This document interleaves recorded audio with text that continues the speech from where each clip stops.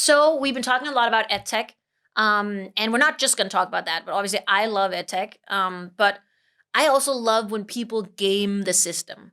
I used to be a notorious troublemaker as well. I was a nerd. Don't get me wrong, but for example, like civil disobedience to me is just one of the most fun concepts in the world. But I love when students uh, cheat the system to show us that we're pretty ignorant and that our tech isn't as good as we think it is. And a company that has been shown that they're not as talented as they thought they were is Edgenuity. It is a edtech company that's gained significant traction with COVID-19. And a woman, actually a former history teacher called Dana Simmons, revealed on her Twitter that she has cracked, with her son, Edgenuity's grading algorithm, resulting in him getting 100% on all his tests. Do you know, like, Georgia, how do you think they figured out they were being graded by an AI? I actually have no idea, but kids are smart. They're much better than us than in this whole tech universe. That's the thing, right? Because, her son, he was also like working in history. And then he noticed that he got his grade like a second after he submitted his answers. So he's like, my teacher's not that fast. Yeah, there's no right? teacher that can do it that fast. So he submits, his answer, and he gets like a 50 out of 100. And he was like really upset about it because, this grade, it's not a practice test, it's a real test, and it'll count towards, his average. And his mom, this Dana Simmons, really major respect for you. She's like, first, like, we got to talk about this, mental health first. But then she's also like, what's going on here?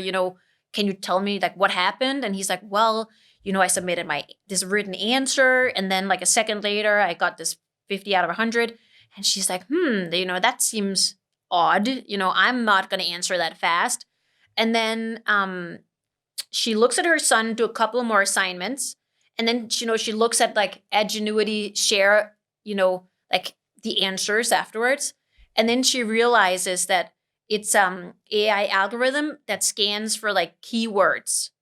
So there are certain keywords that the AI expects to see to the answer.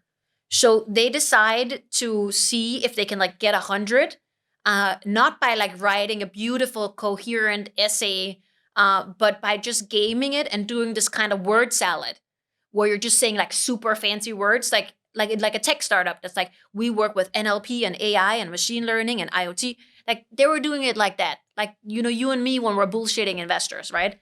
So they have this question, and it's still in history. And the question is like, what was the advantage of Constantinople's location for the power of the Byzantine Empire? First of all, I'm thinking like, her son was 12 years old. Like, I'm not sure I can answer that question. But then they do this word salad. So they just put in like, like, what is it? It's wealth, caravan, ship, India, China, Middle East. So they just put all those words in there, but like totally incoherent. And then they got 100. Yeah, you got to be a SEO specialist to take your test. Right? So, and I really love like the way she summarizes. So first of all, Edgenuity has had no comment. You have a chance to comment now, but they have no comment on their algorithm. But I mean, she summarizes the experience as saying like, he went from an F to an A+ without learning a thing. It's not entirely true. They learned how to trick an algorithm that will come in handy in your future career. But I think it's like, being serious for a second, it's a big warning to all of us that are working with AI and grading, like AI and qualitative feedback. Like, these are real people at the other end of this experience, and we need to ensure that they're learning. We can't just cut corners. I know it's never been more difficult to be a teacher, and there's a huge potential in a lot of these tools to give value both to the teacher and the student. But this obviously is not giving value. And what it's taught me is that some of the new AI stuff that we're releasing, we have to do better at testing it, and have to do better at testing it with real students and get their honest feedback on whether they're actually learning or not.